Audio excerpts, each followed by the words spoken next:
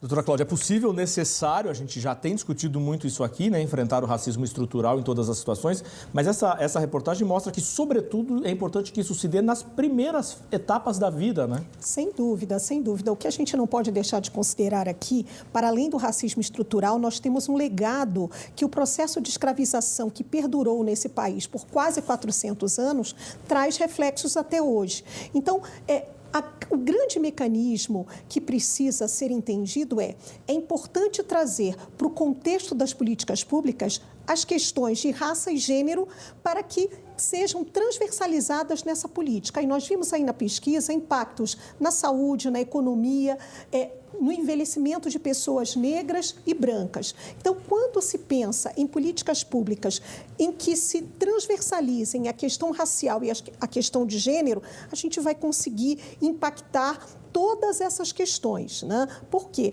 uma das questões que se coloca é que pessoas negras entram mais tardiamente no mercado de trabalho de modo formalizado. Então, elas ingressam antes, mas sem a carteira assinada e somente têm a carteira assinada depois. Isso traz um impacto, inclusive, na hora de receberem benefícios de aposentadoria, por exemplo. Então, isso precisa ser muito bem contextualizado, muito bem trabalhado para que a gente tenha um impacto maior, começando aí desde as mais novas gerações de pessoas negras. Doutora, eu ia lhe fazer uma pergunta sobre o peso desse acesso desigual na piora normal da saúde, né? Todo ser humano tem essa piora, mas eu vou aproveitar também, seria aqui o comentário do Gilberto, nosso telespectador. Ele diz: triste ver a desigualdade social entre pessoas negras e brancas como realidade que se manifesta em diversas áreas. A limitação do acesso à saúde e à alimentação, por exemplo, afeta diretamente a qualidade de vida e, portanto, a longevidade da população negra. Sim, mas é mais do que isso.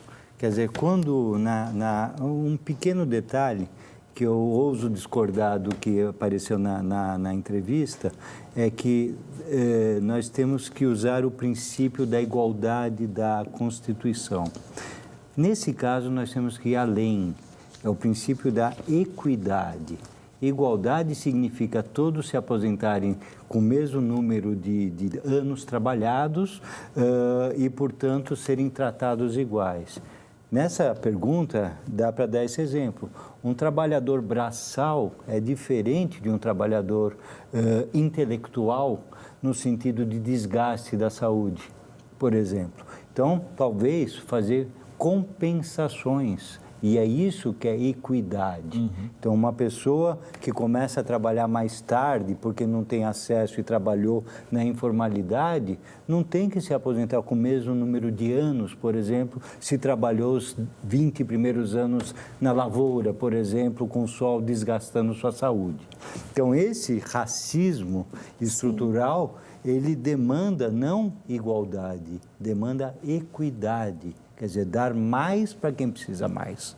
Tratar desigualmente os desiguais. Exatamente. Mas, se você me permite alguns segundos, uma coisa que acontece entre nós médicos, eu tive um choque em 2020, quando eu li um trabalho que esse impactou, acho que, toda a minha vida.